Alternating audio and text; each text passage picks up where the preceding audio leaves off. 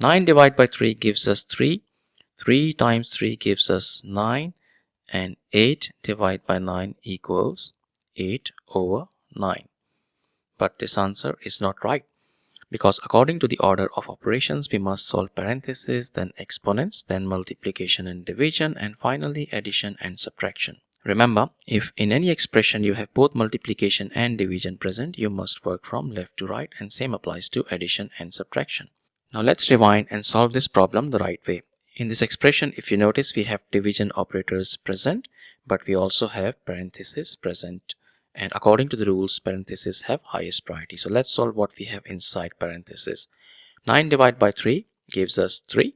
Our expression simplifies to 8 divided by 3 times 3. Now we have division and multiplication operators present in this expression, and according to the rules, multiplication and division have same level of priority, but we must work from left to right. So we must solve this division first. 8 divided by 3 can be written as 8 over 3 times 3, and 3 cancels out each other. That leaves us with 8, which is the final and correct answer to this problem. Thank you for watching. Please like the video, comment your answers, and subscribe to our channel.